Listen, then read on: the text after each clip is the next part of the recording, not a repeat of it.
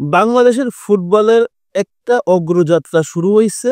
এই অগ্রযাত্রাটা শুরু করছে হচ্ছে হামজা চৌধুরী, যে আসার পর থেকে বাংলাদেশের মানুষ স্বপ্ন দেখা শুরু করছে, যে বাংলাদেশের মানুষ গ্যালারিতে যে খেলা দেখা শুরু করছে। এখন প্রত্যেকটা ম্যাচে 30,000 করে দর্শক হচ্ছে, গ্যালারিতে সিট ফাঁকা থাকতেছে না, দর্শক টিকিটের জন্য হাহাকার করতেছে। এই যে একটা বাংলাদেশ ফুটবলের যে একটা জোয়ার, এই জোয়ারের সাথে সাথে যদি ফুটবলটা ডেভেলপমেন্ট না হয় তাহলে কিন্তু একটা সময় দেখবেন আবারও ঝরে গেছে। এখন দেখেন না, বাংলাদেশের হলগুলো বাদ হয়ে গেছে, সিনেমা নাই, নায়ক নাই। তো একটা সময় বাংলাদেশ ফুটবলে এমন অবস্থা হবে। এখন যেমন মনে করেন যে একটা জোয়ার দেখতেছেন, দেখবেন আবার আগা চলে আসছে। তো সময়ের সাথে যদি সময়ের সবকিছু চেঞ্জ না করে তাহলে কিন্তু হবে না। বাংলাদেশ ফুটবলে নাকি সিন্ডিকেট নাই। আমরা গতকালকে একটা নিউজ দেখলাম যমুনা টিভিতে, আমাদের ফাহাদ করিম ভাই, যিনি কিনা হচ্ছে বাফুফের সহসভাপতি, সে বলতেছে সিন্ডিকেট নাই, কোনো কিছু আসলে এক্সিস্ট করে না। যদি নাই থাকতো তাহলে আমার কাছে কথা হচ্ছে যে মাথামোটা কোচ হাবিয়ার কাবরেরা এর এত হেডাম নাই যে ফাহমিদুল, জামাল ভুইয়া, সামিদ সোম, জান আহমেদকে বেঁচে বসে রাখবে। একটা ক্লাবকে সর্বোচ্চ সহায়তা করতে এসব ফুটবলারদেরকে বসে রাখবে বেঞ্চে। এই ম্যাচগুলো হাঁটতেছি হাবিয়ার কাবরেরার এই বাজে ট্যাকটিস এবং বাজে একাদশ সিলেকশনে। তো এইগুলো কি আপনার হচ্ছে বাফুফে দেখতেছে না? দেখার পরে কেন সহ্য করতেছে? বিকজ সহ্য করার কারণ হচ্ছে উনিও তাদের সাথে জড়িত। ওনাকে যেভাবে খেলানো হচ্ছে উনি আসলে সেভাবেই খেলতেছে। মানে হাবিয়ার কাবরেরাকে যে নির্দেশনা দিচ্ছে সেভাবে চলতেছে। তো এইভাবে তো আসলে ফুটবলটা আগাবে না। জামাল ভুইয়া আসছে ডেনমার্ক থেকে। তারপরে আপনি যদি দেখেন যে হামজা চৌধুরী, সামিদ সোম, জায়ন আহমেদ, এরা আসতেছে দেশে খেলতে, ফাহমিদুল্লাহ ইত্যাদি থেকে আসতেছে খেলতে। তারা দেশকে ভালোবেসে আসতেছে, এই লাল সবুজের পতাকার জন্য আসতেছে।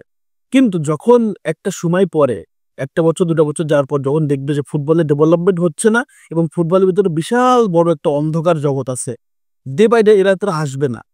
জামাল ভুইয়া তো বাংলাদেশে সেটেল হয়ে গেছে, কিন্তু হামজা চৌধুরী যখন দেখবে যে এই দেশে যে আসলে লাভ নেই, তখন কি করবে জানেন? তখন বিভিন্ন ইস্যুস দেখাবে। যখন ইন্টারন্যাশনাল ব্রেক থাকবে, ফ্যামিলি প্রবলেম, এই সমস্যা সেই সমস্যা দেখায় ফ্যামিলিকে নিয়ে টাইম স্পেন্ড করবে, তা দেশে খেলতে আসবে না। সামিদ সোম তখন কানাডাতে ছুটি কাটাবে, দেশে আসবে না 24-25 ঘন্টা জার্নি করা। কারণ কি, কেন আসবে দেশে? তারা আবেগ দেখাবে, যারা আবেগ দেখানোর কাজ, যারা সামনে বসে চেয়ারে বসে নেতৃত্ব দিচ্ছে, তারাই তো ফুটবলটাকে নষ্ট করতেছে। তাহলে তারা কেন আবেগ দেখায় ওই এত 24-25 ঘন্টা জার্নি করে আসবে দেশের হয়ে খেলতে? আসবে?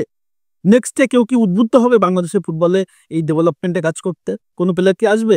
তারা তো চিন্তা করো বিন্দাস লাইভ আছে, কেন আমি এত কষ্ট করতে যাবো বাংলাদেশের হয়ে? যদি ফুটবল বাংলাদেশ ডেভেলপমেন্ট করতে চায়, বাফুফের সভাপতি সবাই মিলে এই সিন্ডিকেটটাকে গলা টিপে মেরে ফেলুক এবং পারফেক্ট প্ল্যান করুক। এবং এই যে বড় বড় তারকা বাংলাদেশ ফুটবলে আছে, হামজা, সামিদ সোম, জামাল ভুইয়া, ফাহমিদুল, জাহান আহমেদ, এদেরকে মেনটেন করার মতো কোচ দরকার। এই ফুটবলারদের ইগো ম্যানেজ করার মতো কোচ দরকার। যেমন ব্রাজিলের মতো দলে দরিফাল জুনিয়র কত চমৎকার একটা কোচ, তারপর সে টিকতে পারে না কেন? কারণ এই যে সেরা তারকাদের ইগো ম্যানেজ করা অনেক কঠিন জিনিস। আর এই হামজা চৌধুরী, ফাহমিদুল, এদেরকে ম্যানেজ করার মতো কোচ হাবিয়ার কাবরেরা না। পয়সা খরচ করতেছেন কিন্তু জায়গা মতো করতেছেন না। পয়সা খরচ করেন, ভালো কোচিং স্টাফ নিয়ে আসেন, ভালো ফেসিলিটিস দেন, ফুটবল আপনি চেঞ্জ হয়ে যাবে। বাংলাদেশের যে তারকা আছে, 4-5টা তারকা আছে, ফুটবল চেঞ্জ হয়ে যাবে। একটা সময় MLS এ ইন্টার মায়ামি খুব একটা বাজে দল ছিল, একদম লাস্ট কাতারে থাকতো। এখন কিন্তু 3-4 নম্বরে থাকে। মেসি আসার পর 2-3টা প্লেয়ার আসছে, সুয়ারেজ, বুস্কেটসে আসছে, পুরো টিমটাই চেঞ্জ হয়ে গেছে। সো বাংলাদেশ টিমে 5টা প্লেয়ার চলে আসছে। দেখেন, হামজা চৌধুরী, সামিদ সোম, জামাল ভুইয়া, তারপর হচ্ছে ফাহমিদুল, জাহান আহমেদ, এই 5টা প্লেয়ার থাকলে কি আর কি লাগে? এই 5টা প্লেয়ার খেললে পুরো টিমই চাঙ্গা।